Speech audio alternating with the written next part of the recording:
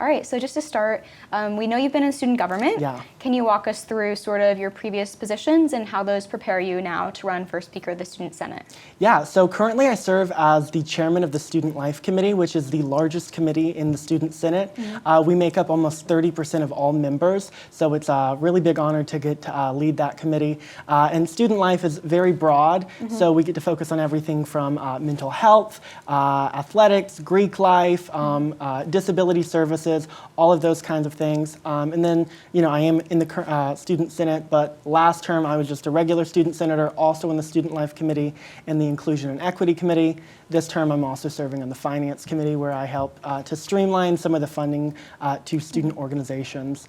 I've worked closely with Speaker McDevitt. I actually served on her campaign as a candidate last term, and I've just seen her grow. She's really mentored me. Just to see what leadership looks like, and so that's part of the reason why I'm running and why I am ready for this. Yeah, definitely. Yeah. So you have lots of experiences. Can you tell us how those have prepared you for the new role that you'll be in? Yeah, so, I am not new to a fight, and I've taken on some pretty tough ones. When I passed a piece of legislation to create a Secretary of Disability Services, which would create a position in our organization to advocate for students with disabilities, the student body president vetoed that legislation, and I fought that back. I found a workaround, and I got it passed anyways. Working with university administration, not always easy, but we have always had an open communication and a dialogue with them. It's about engaging with purpose. It's about touching everybody everywhere, across campus communities, and just meeting the moment. Yeah, and I hear that that's your campaign slogan, right? Can you tell Yes. us a little bit about that campaign and the senators you chose to invite to that campaign? Yeah, so Meet the Moment is 12 Senate candidates and myself who are policy-oriented students. Typically a student government campaign is just like 3 alliterative words and some bullet points on a Canva graphic, and they call it a campaign. That's not what we're about. We are about crafting policy that's rooted in community. I have the demographics and the diversity that reflects our university, but diversity is a fruit, equity is the root, and when you have diversity, you have the demographics, but with all of that comes intersectionality, which is the understanding of a community's power or lack thereof, and using that information to build alliances for social change.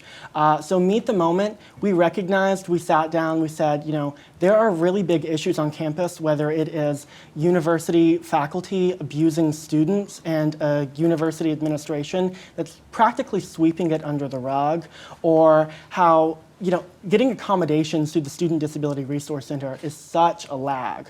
We're not treating sustainability as the issue that it's supposed to be. And, our student government itself, it struggles with reflectivity of, the diversity of our university and the issues that we care about. So there are a lot of issues that need to meet this moment, and that's why I, sat down and I asked all of these candidates to join my campaign, because I saw them either in FROCO, outside of student government, or in Senate with me. I saw them crafting that policy rooted in community. I saw them, engaging with purpose and organizing everywhere in their communities. Yeah, that makes a lot of sense. And you just listed several things you hope to tackle. If you had to boil it down to a few main points, what would you say the main goals of your campaign and then your time in the role would be? Yeah, so, typically the Speaker's office is seen as just somebody that presides over the Senate, and it is. But you also get to break ties within the Senate. It is the only position in student government that is part of both the legislative branch and the executive branch. I have firsthand knowledge of a bill that I put up, and it tied. And precedent tells the Speaker to vote no. I don't agree with that. I don't believe letting somebody else tell you how to vote when the one time you get to, that doesn't serve the student body. So I've pledged that as Speaker, I will always vote my conscience in times of tied votes. So that's one thing that we're going to do. And we're also going to take on the big issues that so that we can meet the moment at the University of South Carolina. I want to use my office to program an It's On Us campaign. We did that a couple years back with I believe, Student Body President Michael Parks. I would love to bring that back and tackle new issues, such as the epidemic of Black transgender sexual assault, how there are disparities in reporting. As a survivor myself, these issues are personal to me, and I know that they're so personal to other people as well. Let's talk about disabilities. I'm going to be the first speaker of the Student Senate to add an ASL signer to my staff so they can live translate. So anybody that wants to come into Senate who it might be deaf, hard of hearing, they can still participate. Same thing with the Senate Live, the Facebook Live that we stream our Senate on. I'm going to mandate closed captioning for all of that to make sure that, again, if you're hard of hearing or you just like captions, because I know some people do, you can watch it that way. Reorganizing the Senate chambers to make it wheelchair and scooter accessible, and working with the new Disability Service Secretary whenever that position gets formally, has a position next year. And then I think the last thing really is treating sustainability like the issue that it is. I am the first, Meet the Moment is the first campaign to hold green certified events that have been approved by Sustainable Carolina. Our campaign itself is not green certified, but our tabling events, we met with them. We said sustainability is not just a talking point for us, it's an actual method of operating. So we're very excited to be the first campaign to do that. I also think that we need to treat public transit as the sustainability justice issue that it is. And sustainability is an economic and a racial justice issue. We are part of the Columbia community, and what we do at the University of South Carolina has a direct impact on the communities surrounding us. Mm-hmm. Yeah, it definitely sounds like you do have some good concrete points there. So that's good to hear. Now, I do want to address sort of the elephant in the room. Yeah. You are the only person running, so can you tell us your thoughts on that and how that may or may not affect any of your campaigning? Yeah, well, I just want to be clear that even though I might be the only candidate in the race, this campaign is not over until it's over, until we have been formally certified as the winner. We're still going to go out to student organizations. We're going to meet them where they are. Instead of expecting them to come to us. We are just going to keep posting on social. We're going to keep talking with community, building community along the way, because this is ultimately what it's about. Obviously, I think likely to be speaker unless there is, just a swinging write-in candidate, but I'm very excited to get to work, and in no way are we slowing down. Yeah, that's good to hear. And now, if you did have to convince voters in a short few sentences of why they should vote for you, why you are the person to do the job, what would you tell them? Yeah, so I'm running for Speaker of the Student Senate because I believe that opportunity at the University of South Carolina shouldn't be determined by access to power. So as chairman of the Student Life Committee, I have worked in coalition to implement bold systemic reforms within our organization, such as establishing that Disability Service Secretary, such as partnering with a student activist, Kristen Carney, to allow ASL to fulfill language requirements within the Carolina Core. That's still a work in progress, but we're getting there. And then we also abolished the mandatory filing fees. So this is actually the first year where Senate and executive candidates get to collect signatures instead of paying a fee to run. That was an issue about equity. So whether it be combating sexual assault and holding our university to account when they protect abusers, treating sustainability, racial justice, menstrual justice as the equity issue that it is. This campaign, myself and my Senate candidates, we're ready to meet the moment. Great. All right. Is there anything else you'd like to say just before the debate so students could hear a little bit more from you? Yeah, I am always on my phone. So, if you ever want to reach out to me through social media, please do, because I will respond. And, if you have a certain student organization that you'd love me to come speak at, if you think that my values align with what your organization does as well, let's have that conversation, let's have that dialogue, and together let's meet the moment. Yeah, all right. Well, it was great to meet you. Thank you for taking some time to speak with us. Yeah, thank you so much. Thank you.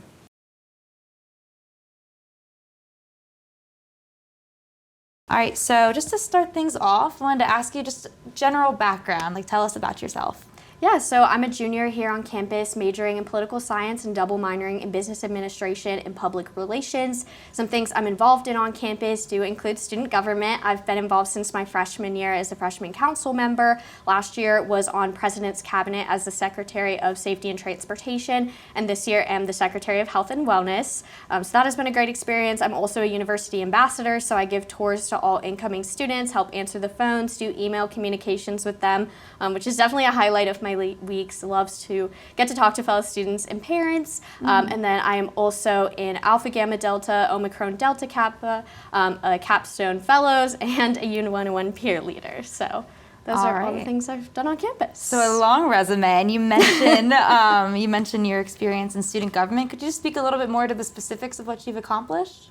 Yeah, so freshman year, we got to be in freshman council, which is where I kind of got my foot in the door, got to meet a lot of different people, work together. I was on the committee for campus outreach, so we got to do things like hot cocoa with Froco, which was basically getting students aware of our program, let them know that like student government is an organization for them that can help them and their orgs put on different things that they want to see on campus as well. And then last year, as the Secretary for Safety and Transportation, I actually hosted something called Safety Week, which was going on last week.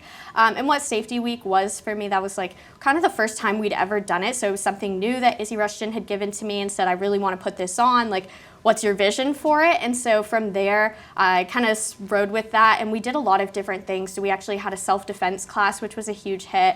It was for women with SAS Go, which was really, really incredible and eye-opening to like hear those personal stories. And I think a lot of students got stuff out of that, being able to come and learn those skills and feel more confident in their own selves to keep themselves safe. We did a lot of tabling to let people know about the blue light call boxes, rideshare, safety, things like that. And then we also had Samantha Josephson's dad come and speak about the SAMI initiative, so Stop, Ask, Match, Inform, and we were able to actually put a lot of those signage up throughout the 5 Points area, which was really impactful, and it was actually his first time when I reached out to him coming back to USC after what the occurrence that happened with his daughter. So it was really big for him to finally come back here and be able to speak. So I think a lot of students got something very big out of it, knowing that that did happen on our campus and how we can make sure that going forward we can all remain safe, especially in that 5 Points area. And then this year I was the Secretary of Health and Wellness, so I got to host Stigma Free USC. So that was one of my favorite things I have absolutely done since I've been in college, and that was just all about taking the stigma out of mental health. I know based on my personal experience, it's definitely hard to speak up when you're going through something and not knowing what that stigma behind it. It's not like a physical injury that you have, like, oh, I broke my leg. It's I'm suffering with anxiety or depression, whatever it might be. I know that students have a lot harder of a time being able to communicate that with the world. So we wanted to let them know that they're not alone. There's tons of other students going through it. Let them know about the different types of mental health things that students might be experiencing, pass out those flyers, give out stress balls, and basically let them know that it is okay to talk about it and break the stigma behind it. And now speaking of mental health, that seems to be the center of your platform. So we're going to take a couple minutes to just talk about your platform. Yeah, so mental health is definitely a huge point on our platform. I think for me personally, it was eye-opening this year to realize just how much it meant to me, like I said, with my own personal experience, close friends' experiences, just being able to talk to people and have those open conversations that when I was in high school I wasn't having. When people would tell me it was like the shameful thing that they shared with me, and now like being in college, I've been so able and open to talk to students about what's going on in their lives, hear what they need. And this year what I actually did was I was able to send out a survey to a bunch of different students on campus, and my running mate Reedy Newton actually was able to send out a survey through government relations too. So we got a huge thing of input from all of our students basically on our counseling center here and ways that we can make it better. I also met with April Scott from the counseling center to talk about the resources that we currently have and how we could make them better going forward. And a big issue is that we do need a lot more space and we need more funding. And I think that starts with us as students and being able to tell our executive boards that this is something that we need, this is something that we value, and this is where we want to put our money. Right now, for every one counselor here on campus, they're in charge of seeing 1,600 students if they were all to go to the counseling services, which is definitely not attainable, especially in the environment we're in with COVID-19, having all of these different students on campus who are promised those 10 free counseling sessions per year that's included within their tuition and fees, to not have that resource to be able to go to. So that's definitely something we're going to advocate in that part of the platform to make sure we're getting money for it. And then also being able to hopefully reinstitute some of those wellness days. I know that was really important for a lot of us, like having those days in the middle of the week where you were just able to catch up, take a breath, have nothing to do on your schedule and focus on you. So those are definitely some of the big points that we have for that. Was there any other like specifics that you wanted me to go into, or? I actually wanted to ask you a little Sure. bit about that point about reinstating the wellness days. Yeah. Now, according to my research, it rings similar to a goal that former student body president Izzy Rushton had to reinstate those wellness days, and that was not achieved. So how do you see your campaign being different in approaching this issue? I think that now we have a whole new set of leadership, so we have a whole new platform to work with. Amarides is coming in, so we're really able to work with him and let him know what our students want to see, and definitely the way that we want to spread out our school year and that time. I know that every year it just kind of takes building off of what other students like Izzy Rushton have done and being able to continue their advocacy for programs like this, because like I said, it's hard to get things enacted when you don't continually let them know that this is what the students value and this is what they need. So maybe if we have to start like some petitions and being able to have student signatures to show the mass amount of students that would enjoy this, that's definitely something we'd be willing to do and kind of show like the research behind the mental health like I have come up with and Reedy's come up with to show the need for students to be able to show we care about them and their mental health. All right, thank you. Yeah. And then just to shift gears a little bit to another issue mentioned within your platform, we talk about inclusivity, diversity and inclusion. And I just wanted to ask for you to expand a little bit on that aspect of your platform and what you do, what you plan to do to address the issues of like renaming buildings on campus. Yes, so we're definitely going to continue advocating for the renaming of buildings on campus. That's super important to us to make sure that when students are walking around campus, they feel safe and they feel comfortable here. And then additionally, there's the whole new west side of campus going up, and that should be done in 2023 in the fall. So we want to make sure that we're working with those executive leaders here at this university to make sure that the names of those buildings are going to be a better representation of the students here at our university. We also, something that's really big to us is the OMSA office in Russell House and the Intersectional Lounge. It's definitely there, but it's not something that students just stumble upon like in their everyday. So we want to make sure that there's more signage so students know where they can go to have that group to go and connect with or even learn and have those experiences to have that DEI opportunities throughout their everyday lives.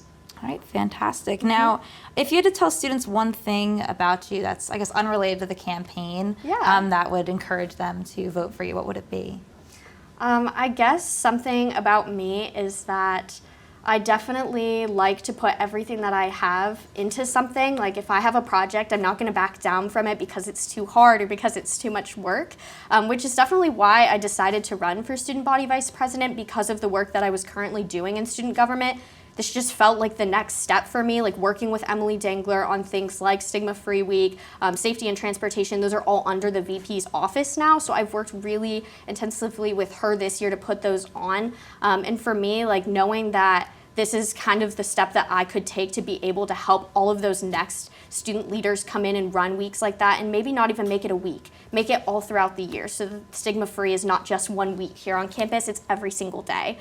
So that's definitely what I would like students to know, is that I'm not gonna back down from the projects that I have on my platform.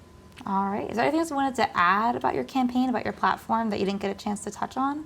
I would definitely just say that we're really excited. We're running on a lot of energy here. We have so much love for this university. I know for me personally, I decided to go out of state, and it was a little bit scary for me, like not knowing what my experience was gonna be like, how many people I was gonna meet. And that first semester was definitely hard, as it is for many other students, but once I got some really great mentors and found my outlets, I was able to take off running, and now this place just feels like home to me. So I'm hoping to really bring that feeling to every single student here, and for students that don't feel like they can call this their home, figure out maybe why that might be and what we could do to make it better, to make it feel like a place that they can call home to. Is definitely the biggest goal of mine. All right, well, thank you very much for coming in and talking with us. Of course, thank you for having me.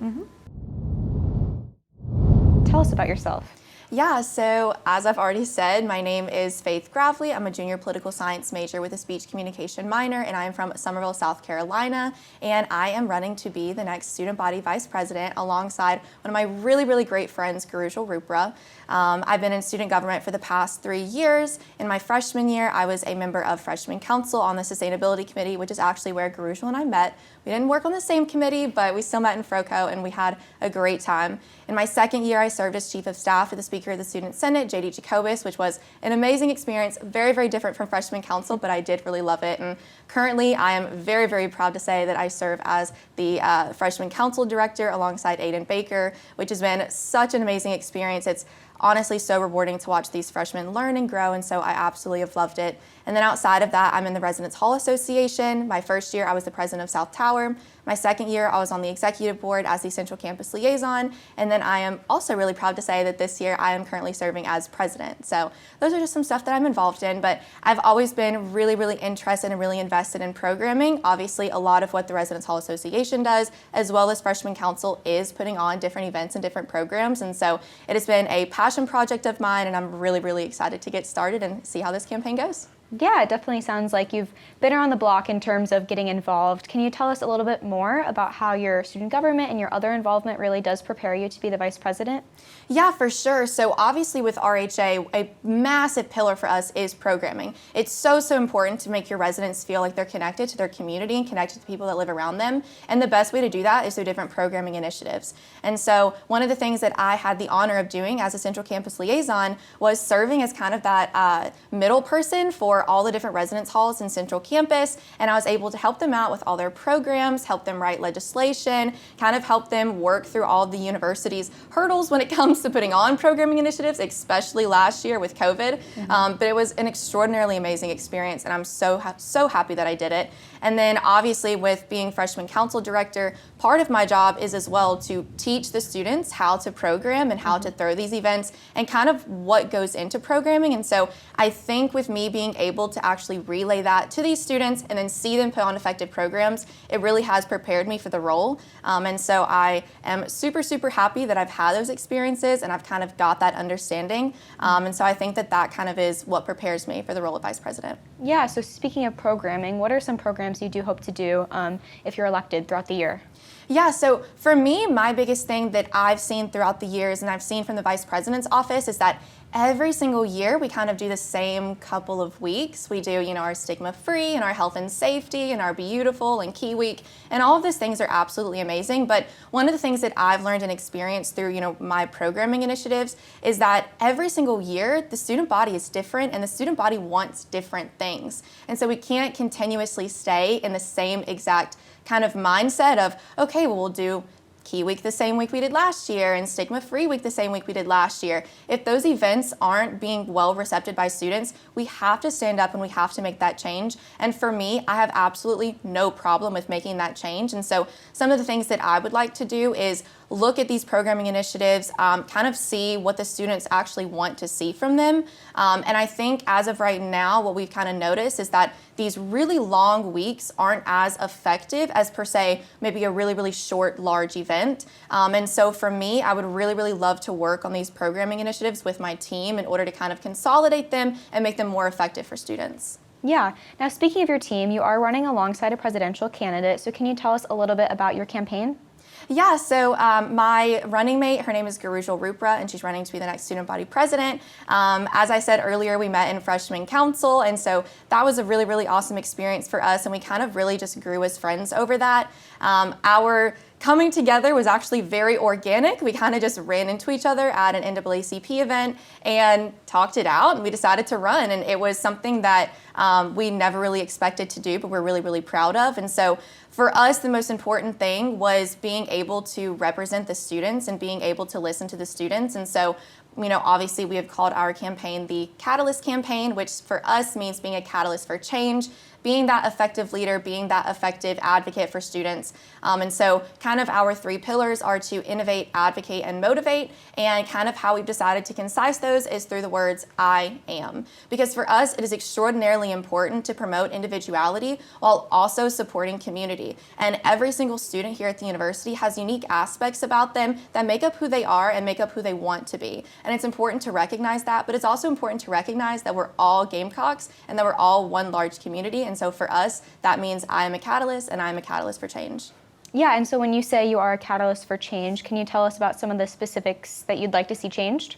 Yeah, so for us, I spoke a little bit about one of our platforms, which is Innovate when it comes to programming. So being able to actually kind of progress all of these, new and old ideas as well as policies at the university. When it comes to Advocate, we obviously really want to support all the student initiatives on campus, such as repealing the Heritage Act and firing David Voros. Those are some things that we are really, really passionate about. And then as well with Motivate, we really want the students to be involved, and we really want the students to be engaged. And so some of the things that we're wanting to do is actually go beyond student government. I feel like a lot of times we kind of stay really, really within our own self. We never really branch out. And obviously we are here to be representatives of the student body, but I think at the end of the day, if the students can represent themselves, allow them to represent themselves. And so we really want to bring the platform to the students and bring our resources to the students to allow them to effectively advocate for themselves.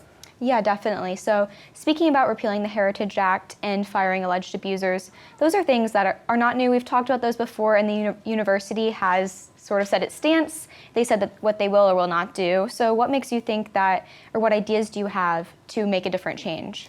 Yeah, so I think for us, it's just showing that our student government and us, we support these initiatives. I think kind of what we've seen is that student government has put out a couple of statements, but they haven't really said much. And so for us, we want to be able to give them the resources and platforms that they need to be able to connect with administration. So rather than us trying to advocate on their behalf, we would love to reach out to the different students that started those initiatives and be able to connect them to the correct admin so they can advocate for those. Obviously, it's going to be extraordinarily difficult to repeal the Heritage Act. It's probably not something that me as a junior political science major could do, but it's really important that the university knows that we are not giving up and we are not backing down and that we're going to stand up for what we believe in. And so we have to be able to give the students a platform that they need to do that. Yeah, and of course now, next year we'll have a new president at the university. How do you plan to work with the new president and any new staff members that come from his election? Yeah, so I was super honored to be able to sit in and kind of watch President Emeritus come in, and I watched his panel and watched him give a lot of his answers, and me and Gurujjal really looked into kind of what he's done at his previous institution to see what can maybe translate. What we noticed is that his previous institution actually has a vote on the Board of Trustees, which is something that we in student government have been advocating for an extremely long time. Mm-hmm. And I think that says a lot about him, and it says a lot about his administration, that they're willing to actually allow the students to have a voice and have a vote. And so we're really hoping that through that, we'd be able to speak with him about potentially doing that here at this institution. Mm-hmm. That way the students can have a more effective voice when it comes to the Board of Trustees. Oh, yes. Okay. So more so working with the new president and seeing what you can get out of that. So another thing is, if you had to tell students one thing about you that's unrelated to your campaign, unrelated to what we've already talked about, what would that be?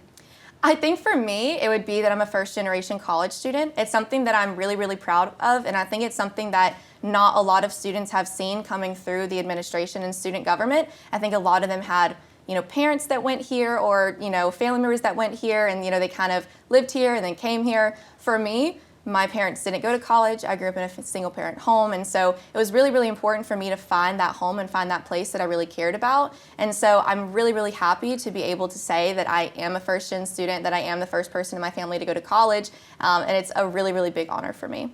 Yeah, absolutely. So is there anything else that we haven't talked about that you'd like students to know before the debate and before voting? I don't think so, other than I'm super excited to have this opportunity. It's definitely something that when I look back on it as a freshman, I can't imagine myself doing, but I'm really proud to be here. And I think at the end of the day, me and Gurujjal are extraordinarily proud of the campaign that we've put together. We're extraordinarily proud of the team that we've put together. And no matter what happens on the 23rd, we're really proud of what we've done, and I wouldn't change a single thing. Okay, great. Well, thank you for coming in, and it was so nice to meet you. Thank you so much for having me. Of course, thank you.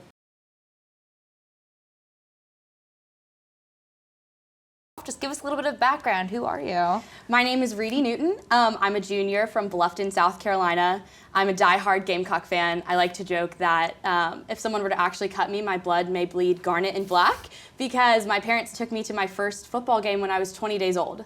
So probably against doctor's orders, but here I am, and now I'm a student, and I couldn't be happier to be a Gamecock. Yeah, and so of course you're going to be pushing to represent our Gamecock Nation over here. So what experience do you have that makes you suitable for the president position? Absolutely, yeah. I've been involved in many different things on and off campus. I've worked over at the State House for 3 years, actually. On campus, I'm in many different organizations. I'm a member of Greek Life, Delta Delta Delta. I served as the chairman of membership development.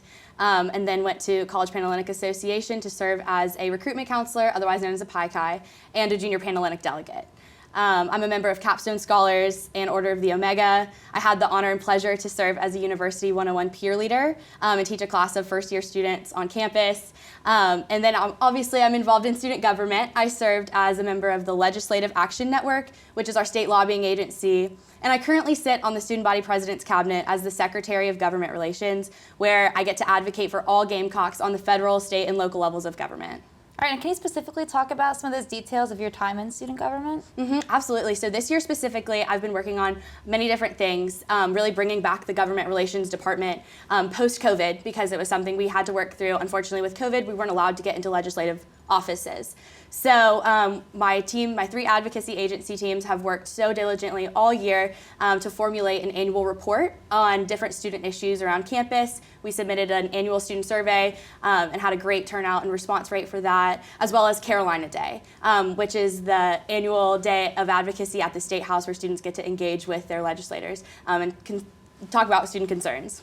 I mentioned your experience at the State House. Could you also speak a little bit to that and how that's going to help you in this position? Yeah, I definitely think my time at the State House has increased my level of professionalism, and it, kind of goes into student government as well. I served as a page for Representative Beth Bernstein my freshman year, and these last 2 years I've worked in the Speaker of the House of Representatives office. All right, fantastic. Now, with all this experience, why did you decide to end up running for this position? I have so much love for the University of South Carolina. It's home to me. As a 4th-generation Gamecock, it just means so much to have the opportunity to be the face of the student body, and I believe in a brighter future for all of the students here at Carolina, and that's why I'm running. All right, and with your platform, how are you going to ensure that brighter future for Gamecocks? Yeah, absolutely. So in our platform, we have 8 different platform points that mean so much to me personally as a student and to my running mate, Maia Porzio, as well. There are a couple of specific ones that I would like to talk about, which are academics, collaboration with the new president, and safety on campus. With academics specifically, unfortunately, I haven't had the best advising experience. I've spent 17 minutes over the last 3 years with my academic advisor. That's 6 semesters of coursework in 17 minutes. And so I would love to advocate for funding for academic advising and move all of our advisors to the UAC model of advising so that no student has to graduate late because of poor advising. All right, and you mentioned those other 2 points in the platform. Can you continue to expand? Yes, absolutely, absolutely. So we really want to collaborate with the new president-elect Emeritus and being the forefront of the communication with him and the students in his administration, really including all students on campus and making sure that he's able to connect with them and we're able to connect with him. And then safety is another big one. We want to make sure that the areas and the community where we live, study, and work and play are safe for all members of the community. And that includes 5 Points, that includes the Vista, really bringing back that late night shuttle, working with the Comet to include public transportation to outer rims of campus and those apartment complexes in which we live so that students aren't forced to spend almost $1,000 on a parking pass every year. Now, another point on your campaign that you didn't bring up, your platform was a point about advocating to rename the buildings on campus. So how does your campaign plan to help support the Aim to Rename campaign? Absolutely. We believe in the Aim to Rename movement, and it's definitely an issue on this campus, and we believe in advocating and amplifying the voice of the students here on campus. We feel, though, the roadblocks that have been set with the Heritage Act. And so we are going to continue to push this movement forward, but also look to the future, which is what we talk about, and really highlight these individuals in other ways on our campus if we aren't able to push as fast as we can with the Heritage Act. And that includes highlighting them with statues, with the naming of new buildings, and maybe possibly dedicating the new campus village to the individuals on the History Implementation Commission. All right, thank you. Shifting gears a little bit to your ticket. So you were on a ticket with Maia Porzio. Can you talk about what led you to choose to run with her? Absolutely. Maia is an incredible individual, and I'm honored to run with her. She's such a leader and a hard worker in everything that she's involved in, and we really were able to connect on this sense of home here at the university. She's a first-generation Gamecock, and like I mentioned, I'm a fourth-generation Gamecock, and I think that's the most unique thing that brought us together is our love for this place and the ability to try to make it better. All right, and now if there's one thing you'd want to tell students that's like not related to your campaign, that's about you, what would you want them to know? I think I would just want them to know, like I mentioned previously, that I'm a diehard Gamecock fan and I would do anything for this university. I love the University of South Carolina. I love Gamecocks. I love Gamecock sports specifically, and that I'm the students' biggest cheerleader. All right, fantastic. And then if you had to tell students one reason to vote for you then, what would that reason be? A vote for me is a vote for the student's voice and a vote to move the university into a brighter future. And so that's what I would tell all the students. All right, now is there anything else you wanted to add or talk about that I didn't specifically ask you about? I don't believe so. I'm just so excited to be here. Thank you so much for taking the time to talk to me today. I know that this is a fast-paced journey, but we're so ready to help move the university forward. All right, well, thank you so much again for joining us Yes, today. thank you so much. Can you tell us a little bit about yourself? Yeah, so obviously I'm a junior public health major. I'm from Spartanburg, South Carolina. And I mean, am I supposed to get into kind of like my reasoning for running? Yeah, whatever you'd like. Okay, yeah. So, I was really, really fortunate to be selected to be on freshman council my freshman year. So I've been in student government since I was a little baby on campus. And, through those experiences and throughout the experiences I had as a deputy chief of staff last year to Vice President Hannah White and as a chief advisor this year to Vice President Emily Dangler, I think I have been really, really fortunate to kind of see the side of campus that a lot of students don't in terms of administrative advocacy, engagement with the university officials and admin. And I realized that there was a really big disconnect with the mission of student government and what our purpose is and the way that we were functioning on our campus. And we do a lot of really, really great things, but there's a lot of things that we don't do that students want to see and deserve to see. So. Yeah, since you mentioned that, can you tell us a little bit about what you think students want to see and what you hope to do with that?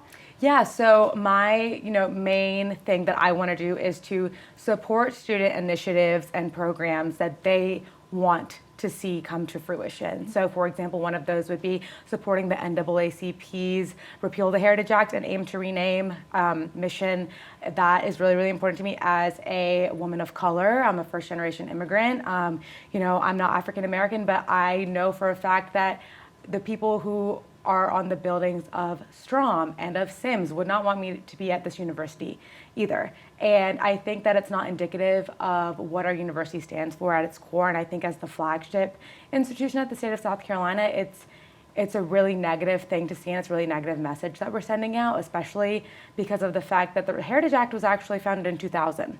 So that wasn't too long ago. And so I think it's time that we take what the students want to do and move past kind of the political side of SG and advocate for what they want to see. I mean, I think going forward and kind of extrapolating to another thing would be the Fire David Voros situation. I think that, while there are a lot of parameters and hoops, quote unquote, that have to be jumped through, at the end of the day, making a statement and ensuring students that we know and understand and support the fact that tenureship is not a ticket for bad behavior. And it's not okay that just because a professor is tenured that they can do whatever they want. I think that hasn't been clarified. I don't think that message has been sent by our university leadership. And so, I could name 100 more, but that's two of the big ones. Yeah, those are two that your running mate, Faith, also mentioned. Yeah. And so what we talked a little bit about is that those are things that have been brought up in the past and, of course, have not happened. Yeah. So what is your plan to either make a difference there or just to voice your opinion and maybe not see results?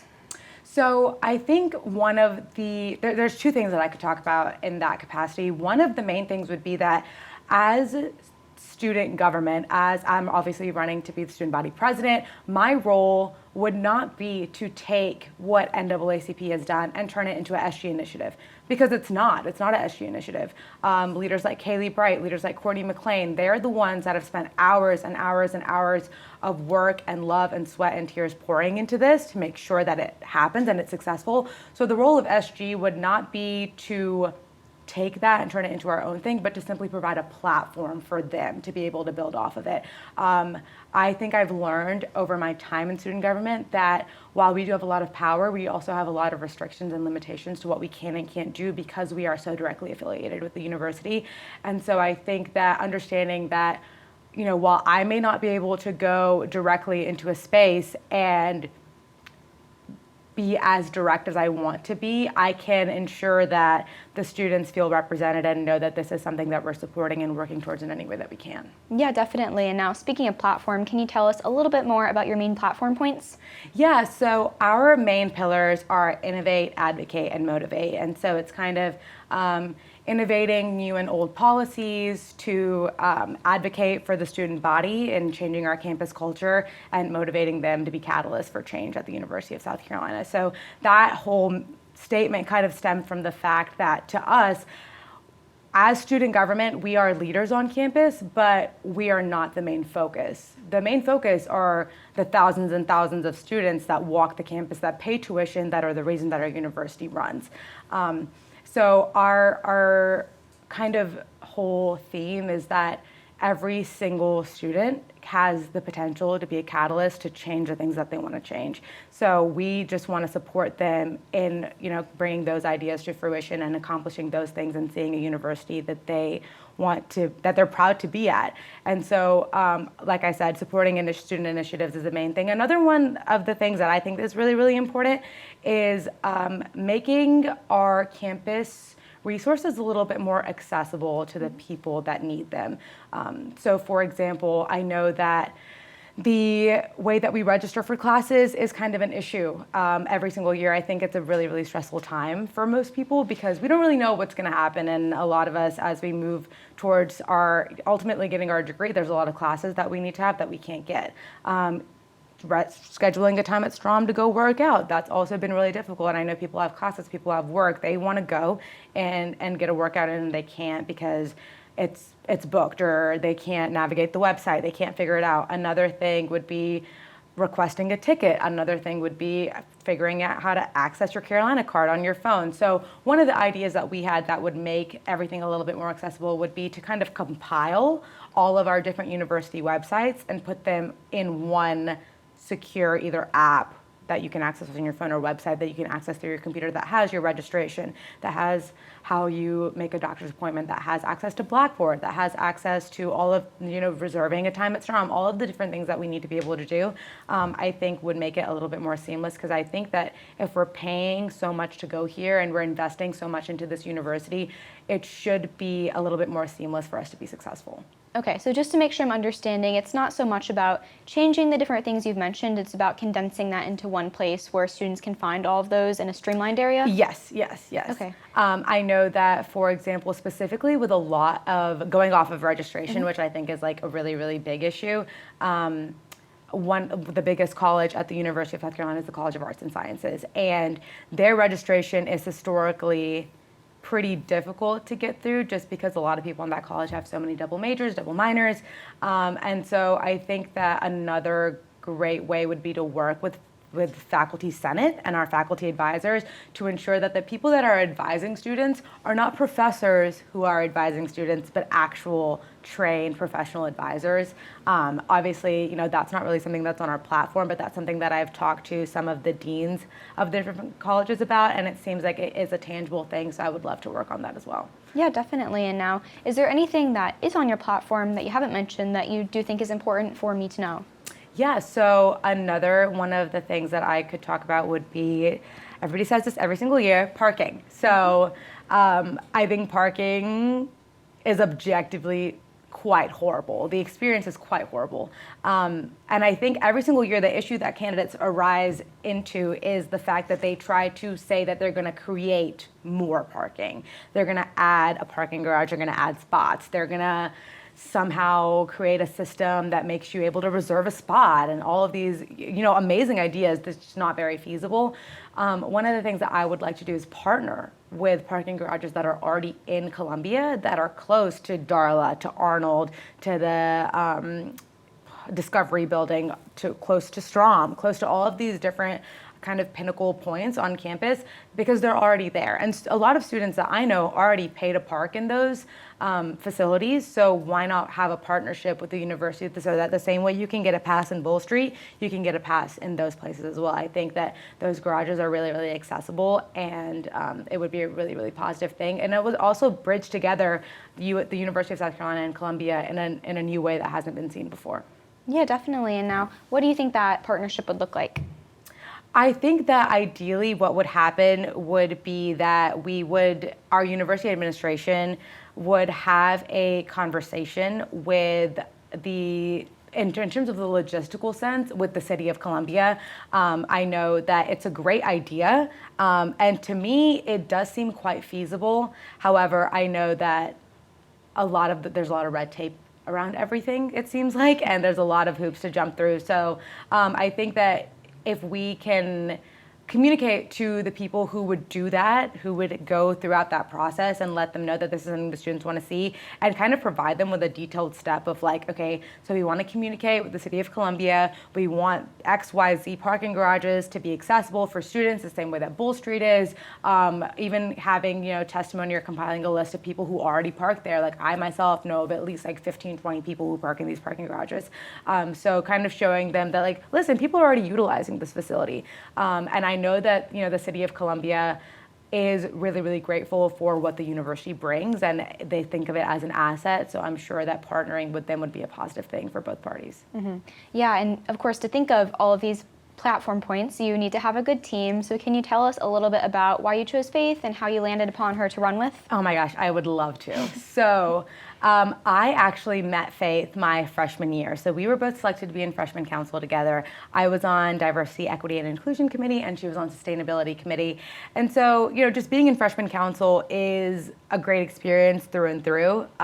It's 40 people that kind of begin to feel like family, that begin to feel like home. And even as you kind of drift apart with them throughout the years, it's always there's always that sense of camaraderie, that sense of like home, because you kind of all found your purpose together as little baby freshmen, like navigating this world. And so Faith and I have consistently stayed friends over the past few years. We were fortunate and worked on the Evolve campaign together last year. That was Aiden Baker and Emily Dangler's ticket. And outside of our professional kind of lives at the university, we're also just close friends. And when I'll be transparent, when I came into this year, I was kind of toppling with the idea of whether or not I wanted to run, not because I didn't want to, but because I didn't want to if I didn't have a clear vision and a clear mission.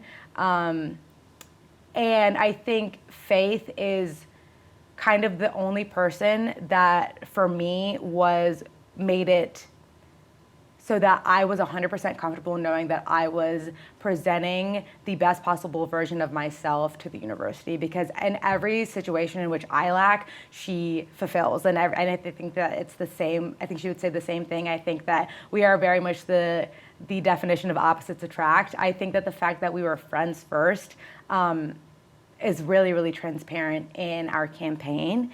And it's made the whole planning process so much easier. I mean, I couldn't have done it without her, and I wouldn't have done it with anybody else.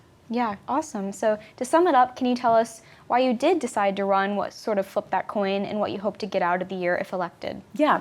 So I, had a conversation with one of my great mentors, and she was kind of the one that brought up, like, I'll support anything that you do, but make sure that you're doing it because you want to do it, not because you feel like you need to do it. So, throughout my time at the university, I've served in the VP's office, and I've served as the deputy chief of staff and then a chief advisor. And so it would make sense for me to run to be the vice president. But it actually was through the experiences that I had in the vice president's office that I knew that that's not what I wanted to run for, because I understood the impact that programming could have on the university, but I also saw the disconnect in between the student body and their student government that made it very clear that that programming wasn't being impactful and it wasn't what the students wanted to see. And I think that the core reason for that is that the university time and time again has not fulfilled the promises that they've made and that a lot of students want to see. And so there is a disconnect, and I would even go far as to say that there's a lack of trust. And so I think that with the new university administration coming in, President-elect Emeritus seems like an amazing candidate. And I was on one of his panels that he did, and he sounded like he was extremely qualified and was going to be a nice breath of fresh air at the university, while still understanding our morals and understood who we are at the core of this institution, because he was the provost here. I think that, oh my gosh, I kind of forgot what I was saying.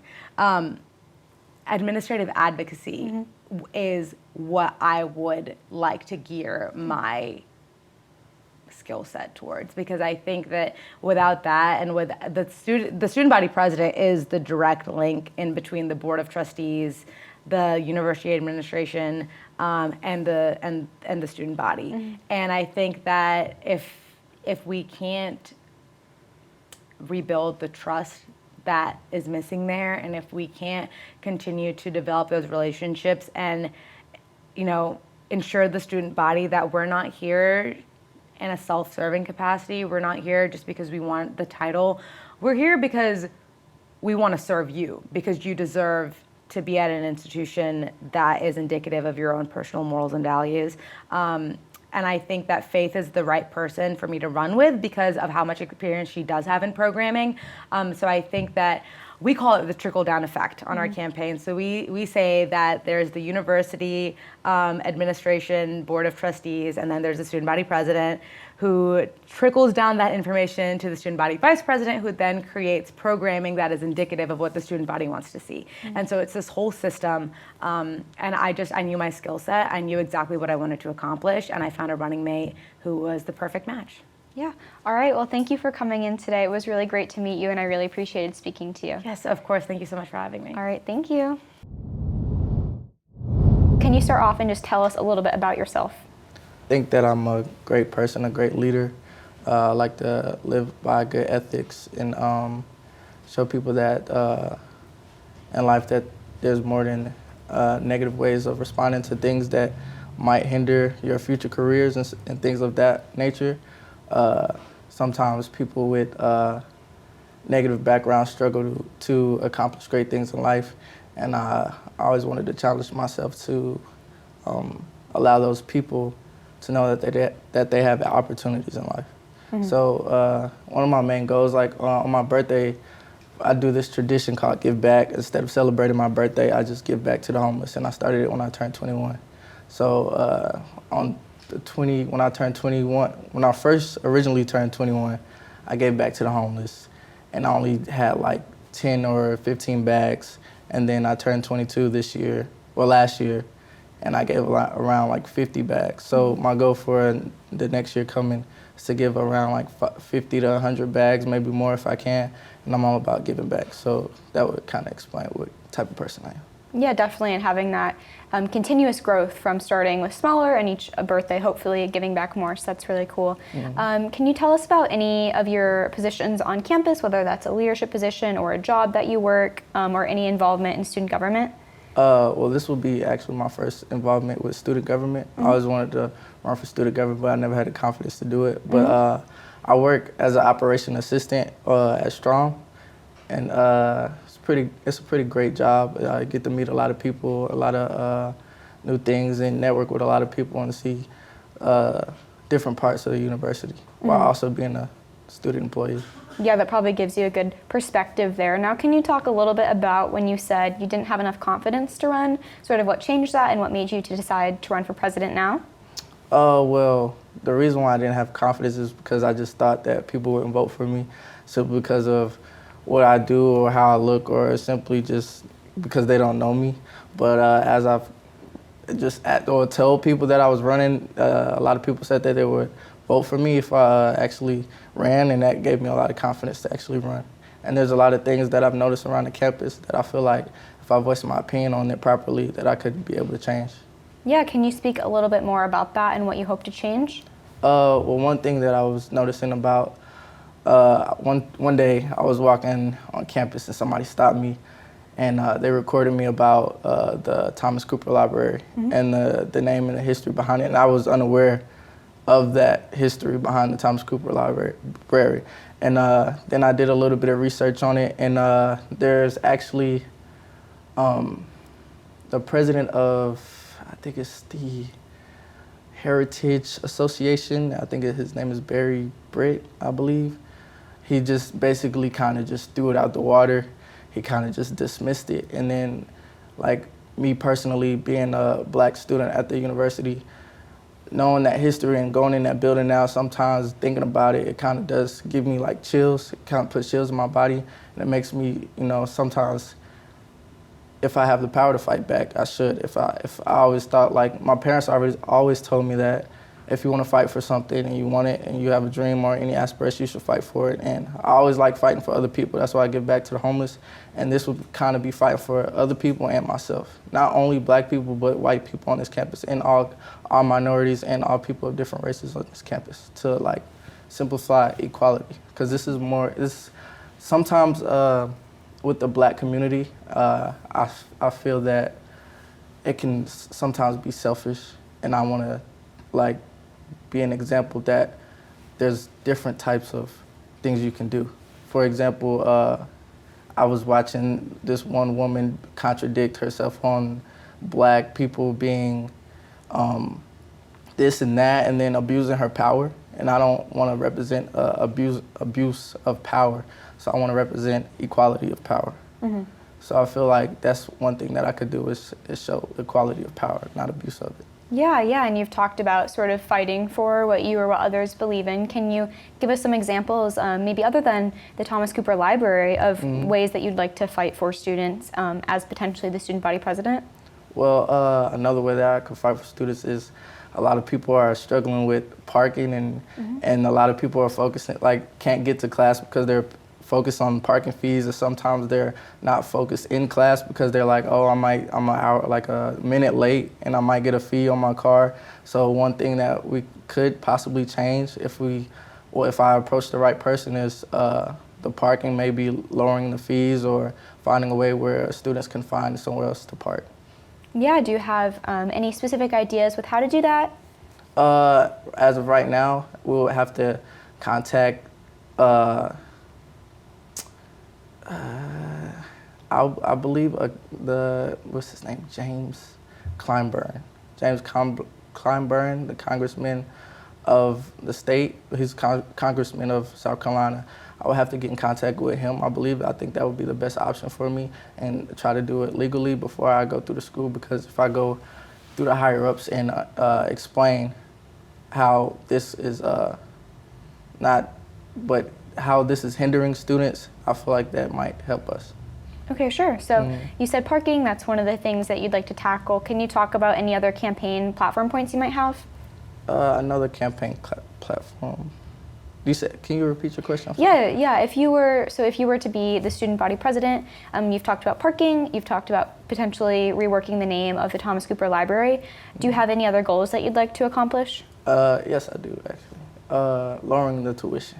I feel like there's a lot of people who are barely holding on when it comes to attending this school. It can be very expensive for a lot of students, and I believe that lowering the tuition not only can bring more students so that it can still equal out and the school can still acquire the same amount of money that they're already making, but it will also relieve some stress that some students are dealing with right now. Yeah, sure. And do you have any ideas for how you'd go about starting that process? Possibly contacting the president of the school and having a conversation with them, and going from there. Sure.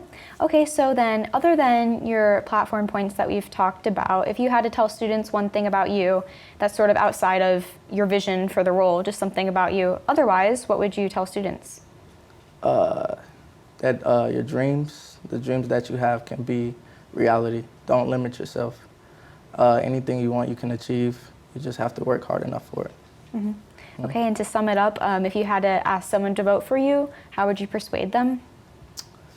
Well, I believe in choice, so I would just give them factual information. I wouldn't really try to persuade them. I would just explain to them why voting for me would be beneficial. So I would just explain to them that reason, and hopefully they would vote for me. Yeah, so can you explain to me why voting for you would be beneficial? Voting for you would be beneficial. Well, if you vote for me, one thing, all the things that I've discussed, which includes lowering the tuition, trying to lower the prices of the parking fees or possibly getting free parking, showing good leadership skills, and how trying to express equality throughout the campus could also help you in your own personal life and help you on campus. So voting for me would definitely do that for you. Sure, thank you. And is there anything last that we didn't talk about that you wanted to bring up? No. Everything. I think we got everything. Okay, great. Yeah. Well, thank you so much for coming in. It was really nice to meet you. Thank you. Thank you for having me. Yeah, of course. Thank you.